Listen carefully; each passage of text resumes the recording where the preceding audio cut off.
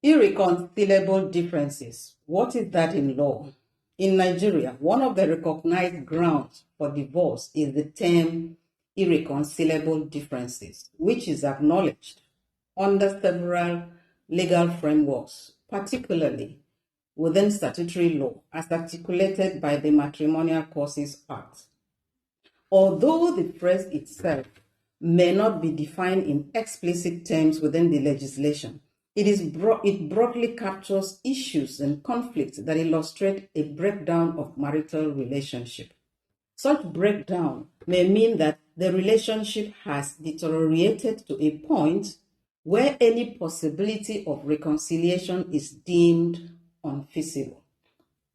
The concept of irreconcilable differences captures the complexities and intricacies involved in marital discord. It acknowledges that the underlying problem can vary significantly from couple to couple and highlights the undeniable fact that the foundation of their union has crumbled beyond repair. Irreconcilable differences may manifest in various forms, such as diverging values, incompatible goals, different ways of thinking about significant life issues, emotional incompatibility, differing priorities regarding family and career, or conflicting philosophical beliefs. Hi, I am Irreconcilable, a legal practitioner and property consultant, passionate about simplifying complex legal concepts to help you proactively navigate your personal and professional life with ease. Welcome to Legal Tips with Irre. I am delighted to host you today and provide you with legal tips and practical guidance on the concept of irreconcilable differences. Let's embark on this journey together. Whether this is your first time with me or you are returning, I am super glad we are doing this together. As you know, communication is a two-way thing, and I truly appreciate your interaction. It would therefore mean so much to me if you could subscribe, like, comment, and share this video. Furthermore, I encourage you to stay with me until the end, as you will benefit immensely from what we are discussing today. Irreconcilable differences may be constituted and supported by the following justifications. Number one, lack of communication. A breakdown in communication between spouses can create a deeply troubling and distressing environment, even if they continue to share the same living space.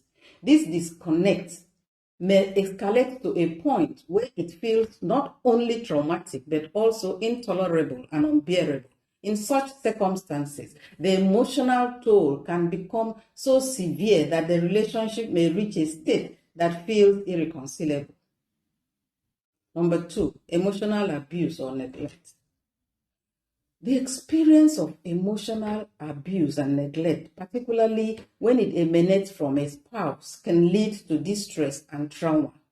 Over time, the harmful patterns of behavior exhibited by such a partner may intensify, creating an increasingly damaging environment. This cycle of emotional harm can ultimately deteriorate the relationship to a point where reconciliation becomes virtually impossible.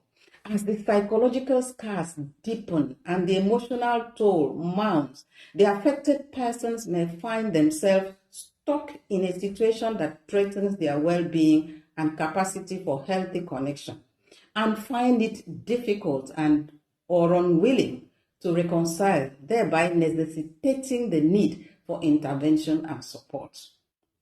Number three, infidelity. Adultery, also known as unfaithfulness, serves as a breach of trust, fundamentally destabilizing the foundation of any relationship. When people engage in adultery or are unfaithful to their partners but fail to recognize the gravity of their behavior, they often dismiss the hurt they inflict upon their partners. aggravating the hurt and widening the bonding gap between them by so doing. On the other hand, the victim of this betrayal may struggle deeply with the emotional aftermath, leading to feelings of sadness, anger, and confusion. As time goes on, if the perpetrator remains unrepentant and the victim finds it increasingly difficult to process the betrayal, this can result in a heartbreaking realization that the bond that once held them together can no longer withstand the weight of such deception and disloyalty. The relationship may ultimately reach a point of irreconcilability. Number 4, incompatibility. Where there exists significant disparities in values, objectives, ways of living, and personal interests between parties, these differences can lead to ongoing or persistent friction. This tension arises when individuals are either unwilling or unable to adapt or modify their perspectives and behaviors to bridge these divides. When this lack of flexibility persists, the differences become insurmountable, rendering any possibility of resolution or harmony irreconcilable. Number 5, domestic violence. This is the one we all know and abhor. Physical abuse, along with threats of violence, serve as a significant and alarming sign of deep-rooted, irreconcilable differences within a relationship. When one partner resorts to physical intimidation or abuse, it underscores serious issues that may be impossible to resolve. It indicates a disconnection between the individuals involved. An abusive behavior points to a serious imbalance of power and an ability to communicate or coexist peacefully. Number 6, financial disagreement. Chronic disputes surrounding financial matters often become a significant source of tension and conflicts in relationships. Questions such as, who should be responsible for holding on to the money? Who has the authority to spend it, the method by which it should be allocated, and the specific items or services it should be spent on can escalate into contentious debates. This disagreement may not only lead to misunderstanding, but can also manifest as emotional abuse, deep-rooted frustration, and ultimately create irreconcilable differences between parties involved. As a petitioner in divorce proceedings, what strategies can you employ to effectively use irreconcilable differences as the foundation for your petition? To obtain a divorce grounded on the premise of irreconcilable differences, it is important that you approach the court with the guidance and expertise of your lawyer.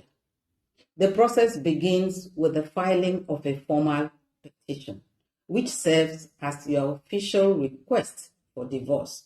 In this petition, which articulates your case for divorce due to irreconcilable differences, you will need to provide a comprehensive account that outlines the reasons behind your petition for dissolution of your marriage.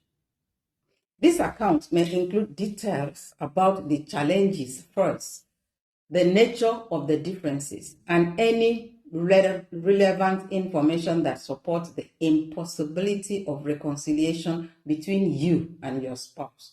Your lawyer will assist you in drafting this petition, ensuring that all necessary legal standards are met. Such standards may include, number 1, evidence. The evidence itself may include documents, first-hand testimony, or specific examples that clearly highlight the differences between the parties involved. These differences, as documented, can be helpful in understanding the dynamics at play and how they have contributed to the unfortunate breakdown of the marriage. By examining these elements closely, the court can gain deeper insight into the relationship's challenges and the factors that led to the need for a dissolution. Number 2, affidavit. Written statement provided under oath by you, the petitioner, as well as relevant testimonies from third parties, are important in illustrating the current dynamics of the marriage. These statements should detail the specific differences and issues that are the basis of the petition. The primary focus here is to effectively convey to the court that the circumstances surrounding the marriage have become unbearable for you. It is important for you to bring forward the specific ways in which these intolerable issues have manifested. Furthermore, you must show that attempts at reconciliation have been made but unsuccessful, leaving no viable path towards restoring the relationship. In doing so, you are aiming to present a compelling argument that the marriage has, beyond any reasonable doubt, reached a point of irretrievable breakdown, signifying an end that is both necessary and unavoidable. How can the concept of irreconcilable differences support you? Our legal framework stipulates specific requirements regarding divorce proceedings. Among these provisions, irreconcilable differences offer several distinct advantages for those initiating the petition. This approach not only provides a clear and straightforward pathway for obtaining a divorce, but also shields the requesting party from having to disclose potentially sensitive or contentious issues that could arise from other grounds for divorce. Additionally, embracing irreconcilable differences can facilitate a more amicable separation process, encouraging both parties to engage collaboratively in negotiations related to asset division and child custody arrangement. The use of irreconcilable differences means less stigma when you consider various grounds for divorce, such as the more conventional reason of adultery. It becomes apparent that citing irreconcilable differences often carries a different connotation. While adultery can evoke a sense of scandal or moral failure, irreconcilable differences essentially a recognition that the individuals involved have fundamental incompatible views, goals, or values is perceived with less societal judgment. Irreconcilable differences permit a more extensive exploration and understanding of the complexities surrounding marital issues, as it is designed to take into account the diverse array of personal situations that couples may encounter. This approach recognizes that each relationship is unique, and it embraces the various factors such as cultural, emotional, and situational elements that can influence how partners interact and navigate their challenges. The use of irreconcilable differences focuses on resolution. The focus is placed on the necessity of pursuing a divorce rather than attributing fault to one party or the other. This approach is not only constructive but also serves to create a more amicable environment during what can often be a highly emotional process. By prioritizing the need for separation over the assignment of blame, the individuals involved may find it easier to reach a mutually agreeable settlement. How do the courts interpret irreconcilable differences as a basis for divorce?